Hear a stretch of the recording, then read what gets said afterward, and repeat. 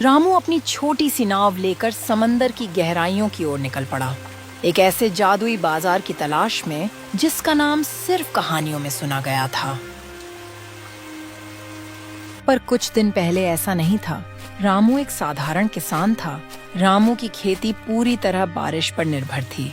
जब बादल आते तो उसके खेतों में हरियाली छा जाती, और जब आसमान सूना रहता तो उसके दिल में भी सूखा पड़ जाता।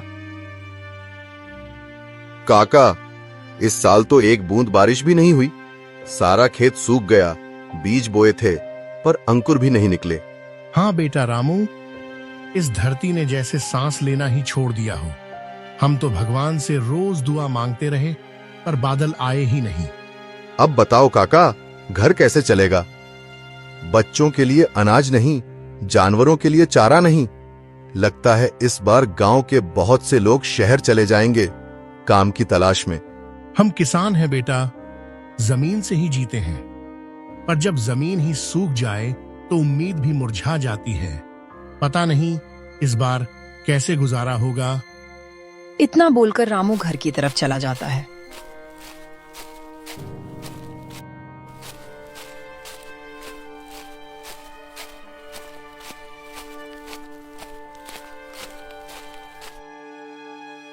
रामू घर पर अपनी पत्नी से बात करता है।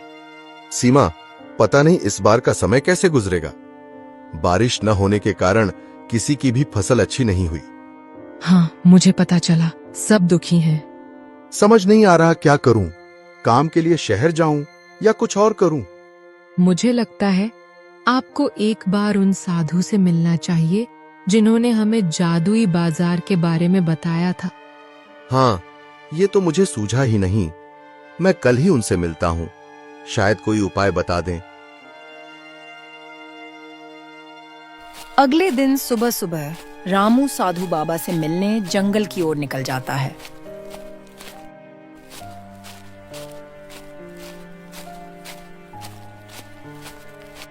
प्रणाम बाबा जी, मैं रामू हूं, गांव से आया हूं। आशीर्वाद बेटा।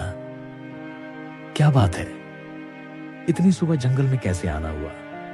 बाबा जी, इस साल बारिश ही नहीं हुई।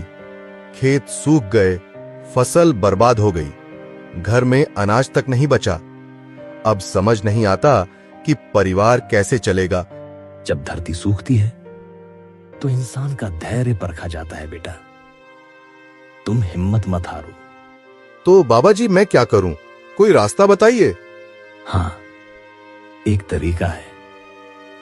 तुम्हें जाना होगा जादुई बाजार में, लेकिन ये जंगल वाला जादुई बाजार नहीं है। तो फिर कौन सा जादुई बाजार साधु बाबा? वो जादुई बाजार जो समुद्र के पार है। वहां तुम अपने गांव की मिट्टी लेकर जाना और बदले में पानी लेकर आना।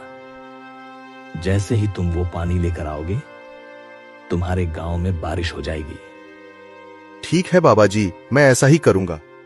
रामू ने साधु बाबा को प्रणाम किया और घर की ओर चल पड़ा।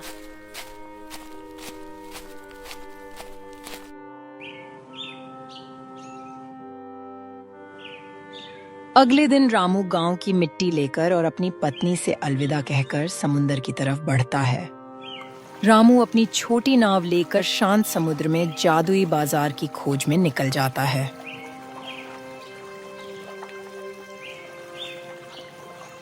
रास्ते में तेज बारिश होने लगती है, पर रामू बिना रुके आगे बढ़ता जाता है।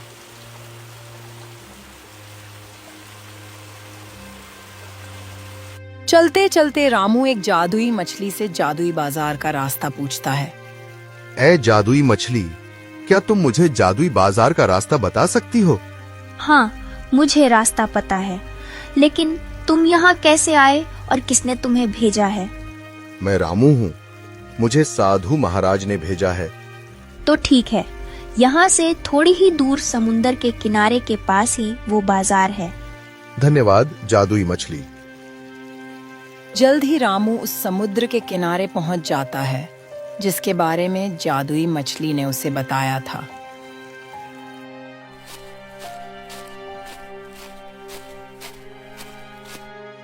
रामू जादुई बाजार के दरवाजे के पास पहुंचता है। अरे, ये कैसा दरवाजा है? पता नहीं अंदर क्या होगा। रामू डरते डरते उस दरवाजे के अंदर चला जाता है।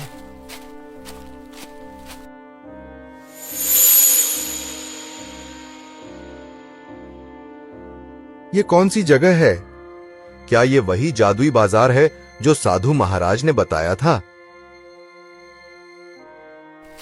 रामू जादुई बाजार की एक दुकान में जाता है।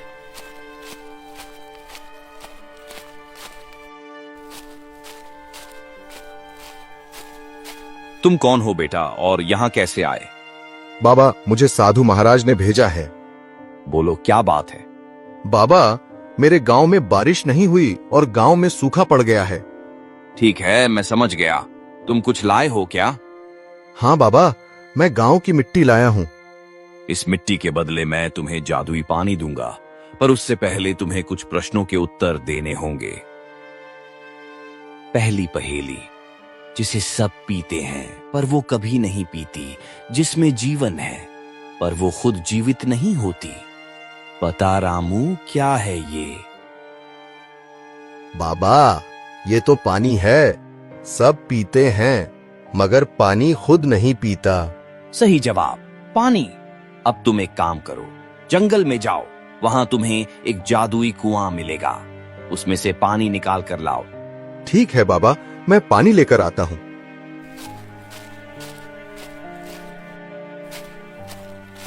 रामू पानी लेने जंगल की ओर निकल जाता है। चारों तरफ सन्नाटा छाया हुआ था। ये जंगल तो बहुत सुनसान है। यहाँ पानी का कुआं कहाँ मिलेगा? चलो आगे जाकर देखता हूँ।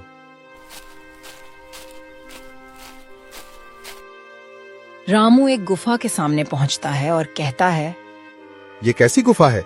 अंदर जाकर देखता हूँ।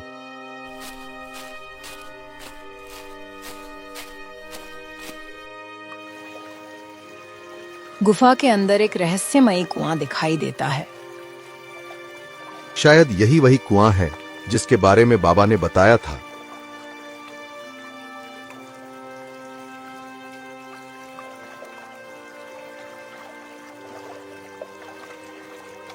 रामू कुएं से पानी भरता है और गुफा से बाहर निकल जाता है।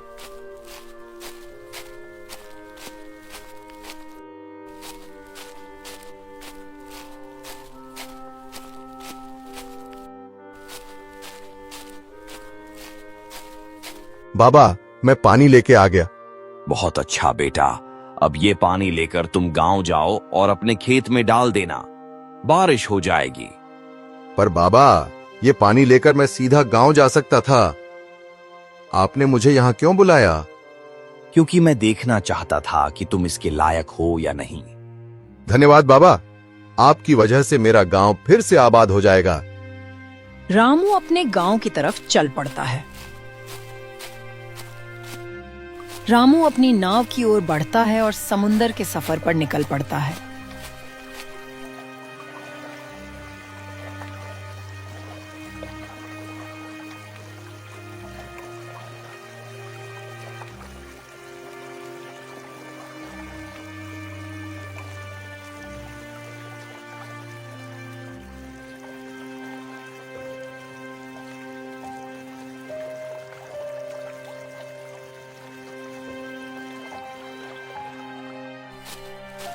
रामू पानी लेकर गांव वापस आता है।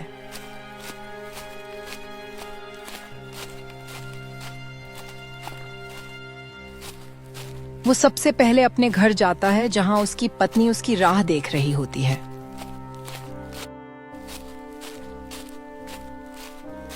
दोनों खेत में पहुंचते हैं और रामू खेत में पानी डालने लगता है।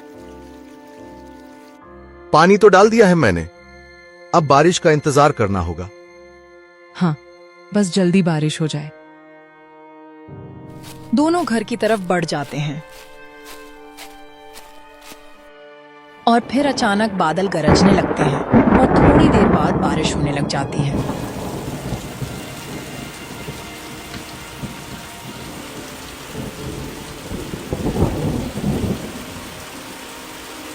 रामू, बाबा का उपाय काम कर गया। हाँ, और हमारा गांव फिर से आबाद हो जाएगा। कभी कभी सच्चे दिल से की गई कोशिश और विश्वास ही सबसे बड़ा जादू होता है। रामू ने न सिर्फ अपने खेतों में हरियाली लौटाई, बल्कि पूरे गांव में उम्मीद के फूल खिला दिए।